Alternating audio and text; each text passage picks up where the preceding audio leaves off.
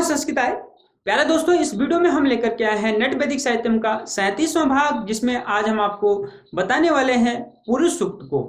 जैसा कि दोस्तों हमारा अभी जो विषय चल रहा है वो है ऋग्वेद संहिता में सर्ग विचार। तो ऋग्वेद संहिता में सर्ग विचार संबंधी बातें, विश्वकर्मा सूक्त, पुरुष सूक्त, नासदीय सूक्त, इन सूक्तों में वो सारे विचार है दोस्तों जो हमें उस बिंदु के लिए चाहिए। इसलिए हमने इससे पूर्व विश्वकर्मा सूक्त में जो सर्ग विचार संबंधी बातें थी वो सारी हमने आपको अध्ययन करवा दी, विश्वकर्मा सूक्त पूर्ण करवा दिया है। आज हम पुरुष सूक्त को बताएंगे जिसमें सर्ग संबंधी, सृष्टि उत्पत्ति विषयक संबंधी कई सारे विचार है, तो उनको आपके सामने रखेंगे। पूरा पुरुष सूक्त तो इसमें नहीं है, एक दो मंत्र नहीं है दोस्तों, लगभग जो मुख्य बिंदु है, बिंदुओं के आधार पर हमने आपको बताने का प्रयास किया है दोस्तों यदि आपने पिछली वीडियो नहीं देखी है तो डिस्क्रिप्शन में उनका लिंक है, आप वहां जाकर के देख सकते हैं। पुरुष सूक्त यूजीसी नेट कोड 25 और कोड 73 दोनों के लिए ही बहुत महत्वपूर्ण है दोस्तों, तो आप दोनों ही इनको देख सकते हैं। तो चलिए दोस्तों प्रारंभ करते हैं आज के इस मुख्य भाग को, पुरुष सूक्त को।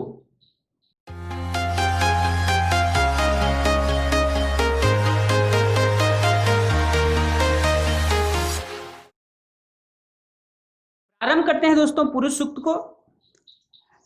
पुरुष सूक्त ऋग्वेद 10वें मंडल का 90वां सूक्त है, जिसमें 16 ऋचाएं हैं दोस्तों। षोडश ऋचात्मकम, 16 ऋचाएं हैं अथवा 16 उसमें मंत्र है दोस्तों। तो वैसे पुरुष सूक्त संस्कृत कोड 25 में भी आता है दोस्तों, तो दोनों के लिए, 73 के लिए तो ये है ही, लेकिन 25 के लिए भी ये बहुत ही महत्वपूर्ण है। और दूसरा, हम आज इसमें सर्ग विचार संबंधी संहिता में, ऋग्वेद संहिता में सर्ग विचार संबंधी कुछ मुख्य बिंदु है पुरुष सूक्त में, उनको हम आपके सामने रखेंगे। उनके आधार पर हम पुरुष सूक्त को आज आपको पढ़ाएंगे दोस्तों। तो चलिए प्रारंभ करते हैं। इसके बारे में कुछ मुख्य बिंदु है, उनको देख लेते हैं। पुरुषो देवता नारायण ऋषि अनुष्टुप छंद अंते षोडशे त्रिष्टुप च। अब कह रहे हैं इसमें जो है, इस पुरुष सूक्त में पुरुष देवता है, नारायण ऋषि है, अनुष्टुप छंद है, और जो 16वां मंत्र है उसमें त्रिष्टुप छंद है दोस्तों। पूरे 15 मंत्रों में अनुष्टुप है और लास्ट जो 16 है उसमें त्रिष्टुप छंद है। और पुरम, अब इसकी निरुक्तियां कर रहे हैं, पुरुष की निरुक्तियां करते हैं। पुरम यो ब्राह्मणम वेद यस्या पुरुष उच्यते, अर्थात पुरम यो ब्राह्मणम वेद, पहले जिसको क्या करते थे, ब्राह्मण जानते थे, वह क्या है, वही पुरुष कहलाता है। पुरम यो ब्राह्मणम वेद यस्यः पुरुष उच्यते, वह पुरुष कहलाता है, यह अथर्ववेद में कहा गया है। और अब चलते हैं दूसरे पॉइंट में। प्राण एष स पुरिष्येते स पुरिष्येत इति पुरुषयम् संतम प्राणम पुरुष इत्याचक्षते। कह रहे हैं कि प्राण ऐसा स पुरुष्यते, वह जो प्राण है, प्राण के बारे में बता रहे हैं कि ऐसा सब पुरुष्यते, यह पूरी अर्थात शरीर के लिए कहा गया। शरीर में क्या है, शयन करने वाला है, निवास करने वाला है। सब पुरुष्येत इति पुरुषम, और शरीर में रहने के कारण, शयन करने के कारण वो पुरुष कहलाता है। तो पुरुषयम संतम प्राणम पुरुष इति आचक्षते, तो उसी प्राण को जो शरीर में सोने वाला है, शयन करने वाला है, उसी प्राण को पुरुष कहा गया है। यह निरुक्ति कहाँ है, तो पूर्व उपपद है और सी यहाँ पर सिंह धातु है, सिंह शयने धातु से यह पुरुष बना है, तो गोपत ब्राह्मण में है। और आगे चलते हैं दोस्तों अगले पॉइंट में, अगले बिंदु पे। पुरुषः पुरुषादः पुरसद, अब कह रहे हैं यहां पर पुरुषः पुरी सादह, पुरी में बैठने वाला, नगर में बैठने वाला, वह क्या कहलाता है, पुरुष कहलाता है। तो पुर क्या है, उपपद है, और सद यहां पर क्या है, धातु है, तो इससे ये पुरुष बना है। दूसरा पुरीशयः, अर्थात नगर में शयन करने वाला अथवा शरीर में शयन करने वाला, तो पुर और सिंह धातु से ये पुरुष बना है। तो ये निरुक्त में यास्काचार्य जी ने कहा है, निरुक्त के इस दूसरे अध्याय की तीसरी निरुक्ति है ये। और आगे चलते हैं दोस्तों, पुरी सेते तस्मात् पुरुष, अर्थात इस शरीर में सोने के कारण इसको पुरुष कहते हैं। ये शतपथ ब्राह्मण में है। तो शतपथ ब्राह्मण शुक्ल यजुर्वेद का ब्राह्मण है दोस्तों। तो इसमें ये कहा गया है। गोपद ब्राह्मण अथर्ववेद का है। अब आगे चलते हैं, पुरुष सूक्तम प्रायः सर्वेषु वेदेषु प्राप्यते। हमने देखा है कि पुरुष सूक्त प्रायः सभी वेदों में प्राप्त होता है, यजुर्वेद में भी होता है, अथर्ववेद में भी होता है। तो पुरुष सूक्त से सर्वेषु षोडश मंत्रेषु सृष्टि उत्पत्तितः वर्णाश्रम व्यवस्था यज्ञादि महिमा च वर्णिता अस्ति। तो इस पुरुष सूक्त के सभी 16 मंत्रों में सृष्टि उत्पत्ति से लेकर के वर्णाश्रम व्यवस्था और यज्ञ आदि की महिमा का वर्णन है। अब चलते हैं दोस्तों आगे वाले बिंदु पे। सूक्तमिदं मंत्र क्रम भेदेन यजुर्वेदे अथर्ववेदे चापि प्राप्यते। यह सूक्त मंत्र क्रम भेद से यजुर्वेद और अथर्ववेद में भी प्राप्त होता है। जैसे हमने बताया कि ये लगभग सभी वेदों में उपलब्ध है ये सारे मंत्र। अत्र ऋग्वेद अनुसारम एवं पुरुष सूक्तम प्रदीयते। हम यहाँ जो है ऋग्वेद के अनुसार ही पुरुष सूक्त के बारे में आपको बता रहे हैं दोस्तों, क्योंकि ऋग्वेद और यजुर्वेद में काफी भिन्नताएं हैं। यजुर्वेद में हमने देखा है, पढ़ा है कि यजुर्वेद में गुंग का प्रयोग बहुत ज्यादा है इस मंत्रों में। तो यहाँ जो है हम ऋग्वेद के अनुसार आपको मंत्र बताने जा रहे हैं। यजुर्वेद के मंत्र बहुत लोगों को याद होते हैं क्योंकि वो रुद्राष्टाध्यायी के अंतर्गत आते हैं, इसलिए। तो जो भी वेद पाठी भाई हो इस बात का ध्यान रखें कि ये ऋग्वेद के अनुसार मंत्र दिए गए हैं, जिसमें शब्द भेद भी है, क्रम भेद भी है, मंत्र भेद भी है। तो इस बात का ध्यान रखें। आगे चलते हैं। अस्मिन्नेव सूक्ते पुरुषेव विश्व रूपेण विश्व पुरुष रूपेण उपन्यस्तम अस्ति। इसी सूक्त में जो है पुरुष को ही विश्व पुरुष कहा गया है, विश्व पुरुष के रूप में दर्शाया गया है। जैसे कि हम देखेंगे इस सूक्त का जो दूसरा मंत्र है, हम आपको पूरा सूक्त नहीं पढ़ाएंगे दोस्तों, जो सर्ग विचार संबंधी या सर्ग विचार जो विषयक जो मंत्र होंगे उनको ही हम आपके सामने रखेंगे, हल्का हल्का सा उनके बारे में आपको बताएंगे वस्तुनिष्ठ बिंदुओं के साथ में। तो यहां दे रखा है, पुरुष एवेदम सर्वम यद भूतम यच्च भव्यम उता मृतत्व शेषानो यदन्ये नातिरोहति। तो देखेंगे पुरुष एवेदम, इसी पुरुष एव इदम सर्वम यद भूतम, यही पुरुष है कि वही सब कुछ है। यद भूतम यच्च भव्यम, जो हो गया है, जो सृष्टि की रचना हो गई है वह भी क्या है, यही पुरुष है। और जो होने वाला है, जो होएगा मतलब भविष्य काल में, वह भी क्या है, वो पुरुष रूप ही है। इसलिए विश्व को, पूरे विश्व को, पूरी सृष्टि को ही जो है यहाँ पुरुष रूप में बता रखा है।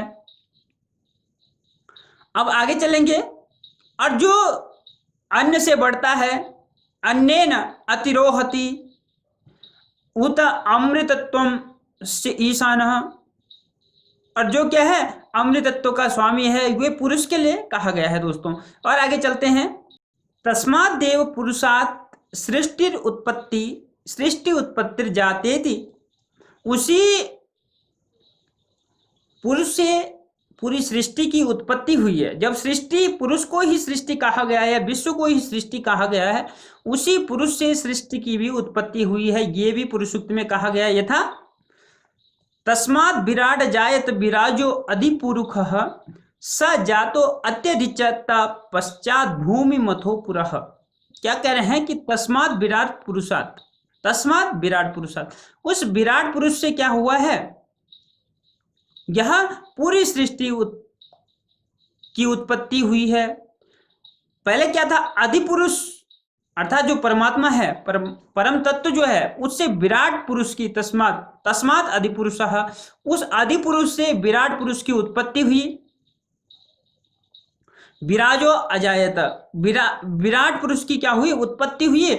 स जातो अत्यरिचत, और जब वह क्या हो गया, सृष्टि रूप में, वह विराट पुरुष जब क्या हुआ, सृष्टि के रूप में उसकी उत्पत्ति हुई, तो वह अत्यरिचत, वह भिन्न भिन्न रूपों में होने लगा, भिन्न भिन्न रूपों में प्रकट होने लगा।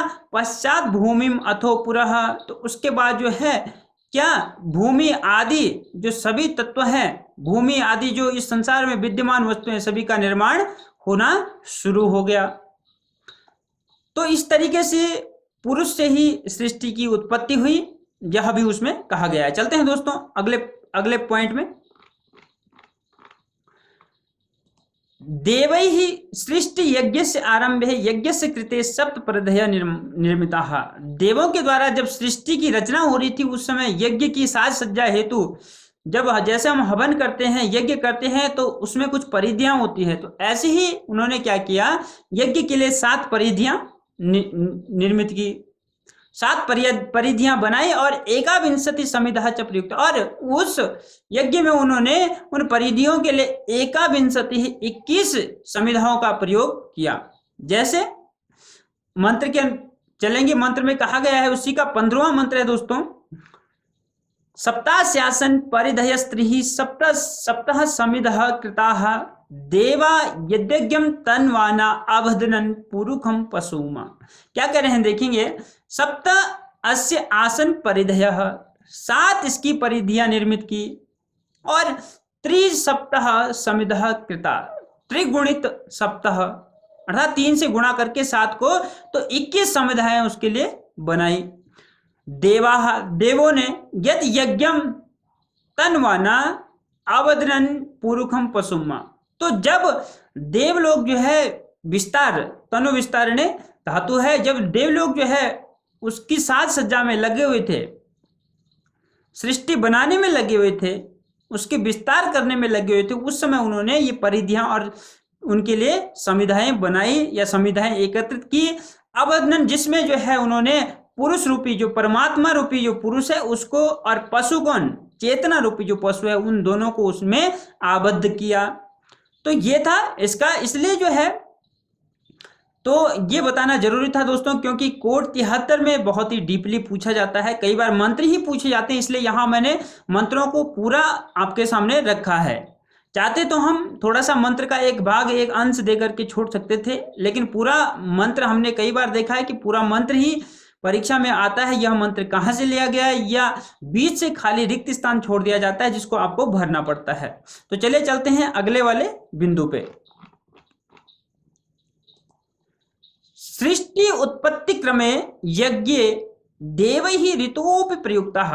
जब सृष्टि की उत्पत्ति हो रही थी उसी क्रम में यज्ञ के लिए, क्योंकि हमें पता है कि यज्ञ पुरुष से ही सब कुछ हुआ है, उसी यज्ञ को पुरुष कहा गया है इसमें पुरुष सूक्त में। तो उस यज्ञ में देवों ने क्या किया, ऋतुओं का भी प्रयोग किया, ऋतुओं का भी प्रयोग किया। तो कैसे किया, यथा यत्पुरुषेण हविका देवा यज्ञम मतन्वत वसंतो अस्यासी दाज्यम ग्रीष्म इदमः शरद्धविः। अब देखेंगे क्या कह रहे हैं कि यज्ञ पुरुष, जब यज्ञ प्रारंभ हुआ, इस सृष्टि उत्पत्ति क्रम का जो यज्ञ था, तो देवों ने क्या किया, उसमें ऋतुओं का प्रयोग कैसे किया। वसंतो अस्य आसित आज्यम, वसंत ऋतु ने इसमें घी का काम किया, आज्यम। ग्रीष्म इदमः, ग्रीष्म ऋतु ने इसमें ईंधन का काम किया, लकड़ियों का। और शरद्धविः, और शरद ऋतु ने इसमें हबी का प्रयोग किया, हबी का काम किया, अर्थात हवन सामग्री का काम किया। तो इस तरीके से पूरी सृष्टि की उत्पत्ति में इन ऋतुओं का भी योगदान है, यह भी पुरुष सूक्त में कहा गया। और आगे चलेंगे इस पॉइंट में, तस्मादेव यज्ञात प्राणिनाम उत्पत्तिरपि जाता, और उसी यज्ञ से, जिस यज्ञ की हम बात कर रहे हैं, उसी यज्ञ पुरुष से या यज्ञ से क्या प्राणियों की उत्पत्ति भी हुई, वह भी पुरुष सूक्त में कहा गया है। तो कहां कहा गया है, 8वें मंत्र में देखते हैं दोस्तों, तस्मात् यज्ञात् सर्वहुतः संभृतं पृखराज्यम पशून् ताश्चक्रे वायव्यानारण्यान् ग्राम्याश्चजे। कह रहे हैं कि तस्मात् यज्ञात्, उसी यज्ञ पुरुष से, जिसको देव लोग, जिसको यज्ञ कर रहे हैं या परमात्मा कर रहे हैं, यज्ञ रूप भी पुरुष है, देव रूप पुरुष है, सब पुरुष ही है। तो उसी पुरुष रूप यज्ञ से या यज्ञ पुरुष से सर्वहुतः संभृतम पृखदाज्यम, उससे क्या हुआ कि एक जो है, एक जो सार रूप तत्व वह सामने आया जब यज्ञ कर रहे थे। तो उसी सार रूप तत्व से क्या हुआ, पशून वायव्यान अरण्यान ग्राम्याश्च, उससे सभी चीजों की उत्पत्ति हुई, पशुओं की उत्पत्ति हुई, वायव्याः, वायु में गमन करने वाले जो जीव थे, जो प्राणी थे, उनकी उत्पत्ति हुई, अरण्यान, जो जंगल में रहने वाले जो जीव है उनकी उत्पत्ति हुई, और ग्राम्याः, जो गांव में रहने वाले लोग हैं उनकी उत्पत्ति हुई। तो इस तरीके से इस तरह जो है उसमें प्राणियों की उत्पत्ति विषयक भी मंत्र है दोस्तों। और आगे चलते हैं।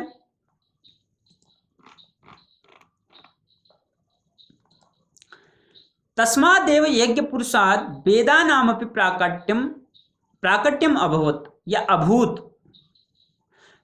तद यथा। तो उसी यज्ञ पुरुष से वेदों का भी प्राकट्य हुआ है, वह मंत्र में आया है। तो नवा मंत्र उसी से संबंधित है। तस्मात् दिग्यात सर्वभूत ऋचः सामान्य जगिरे छंदांश जगिरे तस्मात् द्यजुष तस्मात् जायत।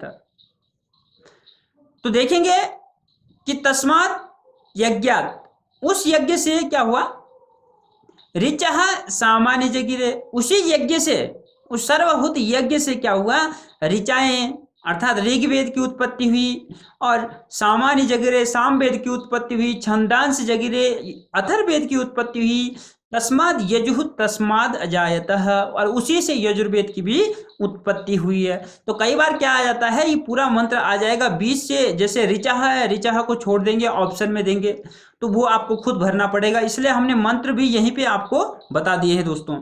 तो चलते हैं और आगे। यज्ञ पुरुषादेव पशुओपि अजायन्तेति, यज्ञ पुरुष से ही पशुओं का भी क्या, पशुओं की भी उत्पत्ति हुई है। तो कैसे, तस्मात् दस्वा अजायन्त एके चोभयादतः गावो हजगिरे तस्मात् तस्मात् जाता अजावयः। अब यहाँ पर देखेंगे हम क्या कह रहे हैं, तस्मात् अश्वा अजायन्त, उसी यज्ञ पुरुष से क्या हुआ, अश्वों की उत्पत्ति हुई।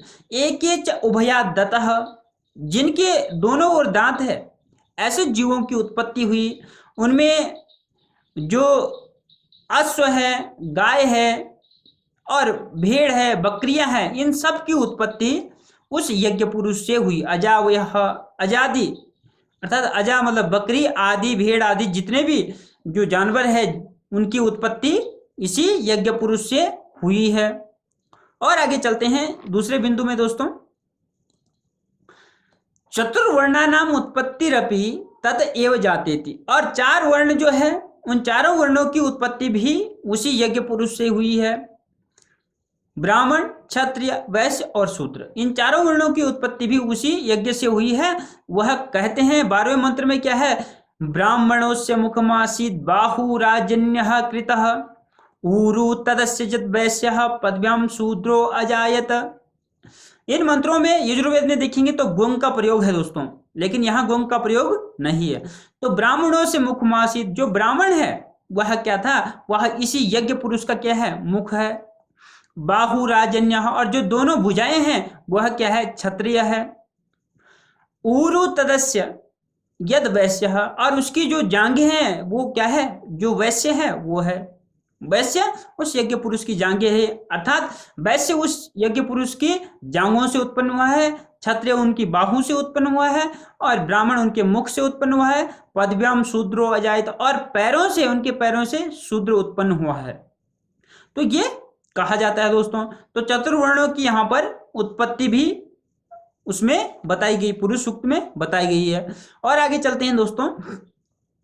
विराट पुरुषादेव सूर्य चंद्र अग्न्यादि देवता जाता। अब विराट पुरुष से ही सूर्य चंद्र अग्नि जितने देवता हुई हैं, प्रत्यक्ष कुछ देवता है उनके बारे में तो आ ही रखा है, तो उनकी उत्पत्ति कहाँ से हुई है, विराट पुरुष से ही हुई है। तो जैसे हम देखेंगे मंत्र में 13वां मंत्र है, चंद्रमा मनुष्यो जात चक्षुः सूर्यो अजायत मुखादिन्द्रश्च अग्निश्च प्राणाद् वायुरजायत। तो यहाँ पर अगर हम यजुर्वेद के अनुसार देखें तो चंद्रमा मनसो जात चक्षुः सूर्यो अजायत श्रोत्राद् वायुश्च प्राणस्य मुखादग्निरजायत, ऐसा यजुर्वेद के अनुसार है। देखेंगे हम कितनी भिन्नता इसमें है दोस्तों। तो चंद्रमा जो उत्पन्न हुआ वो कहाँ से उत्पन्न हुआ, उस विराट पुरुष के मन से उत्पन्न हुआ। तो मन से हुआ चंद्रमा है, मन का देव भी चंद्रमा को कहा जाता है, और चक्षुओं का, आंखों का जो देव है वो सूर्य कहा जाता है। तो आंखों से, उस विराट पुरुष की आंखों से ही सूर्य की उत्पत्ति हुई। और मुखाद इंद्रस्य अग्निश्च, और मुख से इंद्र की और अग्नि की उत्पत्ति हुई, और प्राण से, उनके प्राणों से वायु की उत्पत्ति हुई। तो इस तरीके से इन देवों की भी उत्पत्ति विराट पुरुष से मानी जाती है दोस्तों। वायु हम देखेंगे श्रोत्राद, तो यजुर्वेद के अनुसार जो कान है, कानों से वायु की उत्पत्ति हुई है, लेकिन ऋग्वेद में प्राण है तो प्राणों से वायु की उत्पत्ति हुई है। और आगे चलते हैं दोस्तों। पुरुषादेव द्योरादि लोकाः प्रकटिताः यथा, पुरुष से ही, उस विराट पुरुष से ही द्यो आदि जो लोक है उनका प्राकट्य हुआ, उनकी उत्पत्ति हुई। तो नाभ्या आसीदंतरिक्षम शीष्णोः द्योः समवर्तत पदभ्याम भूमिर्दिशः श्रोत्रात् तथा लोकान अकल्पयन्। तो यहाँ देखेंगे हम क्या है, नाभ्या आसीद अंतरिक्ष, उस विराट पुरुष की नाभि से क्या हुआ, अंतरिक्षम आसीद, अंतरिक्ष की उत्पत्ति हुई। शीष्णोर द्योहो, और सर से, सिर से, उस विराट पुरुष के सिर से किसकी उत्पत्ति हुई, द्यो की उत्पत्ति, द्युलोक की उत्पत्ति हुई। और पदभ्याम भूमिर्दिशा, और पांव से क्या हुआ, पांव से भूमि की उत्पत्ति हुई, विराट पुरुष के पांव से भूमि की उत्पत्ति हुई। दिशा श्रोत्रात्, और दिशाओं की उत्पत्ति कहां से हुई, श्रोत्रात्, कानों से उसकी दिशाओं की उत्पत्ति हुई। तथा लोकान अकल्पयन्, जैसे उन्होंने इस सृष्टि, इस लोक की क्या की, रचना की, ऐसे ही हमें अन्य लोकों की भी कल्पना करनी चाहिए कि अन्य लोकों की भी उन्होंने ऐसी ही रचना की होगी, उस विराट पुरुष ने, उस भगवान ने। तो यहाँ पर दोस्तों ये आपका हमने आपको बताया कि पुरुष सूक्त में जो जो मुख्य बिंदु थे, सर्ग विचार संबंधी, सृष्टि उत्पत्ति विषयक विचार संबंधी जो मुख्य बिंदु थे, जो मंत्र थे, वो हमने आपको आज बता दिए दोस्तों। अब हम नासदीय सूक्त में भी कुछ सर्ग विचार संबंधी कुछ मुख्य बातें हैं दोस्तों, उनको भी हम मुख्य बिंदुओं के रूप में आपके सामने प्रस्तुत करेंगे दोस्तों। तो पहले दोस्तों आज की वीडियो को यहीं पे विराम देते हैं, मिलते हैं दूसरी वीडियो में दूसरे भाग के साथ, तब तक के लिए नमस्कार, धन्यवाद।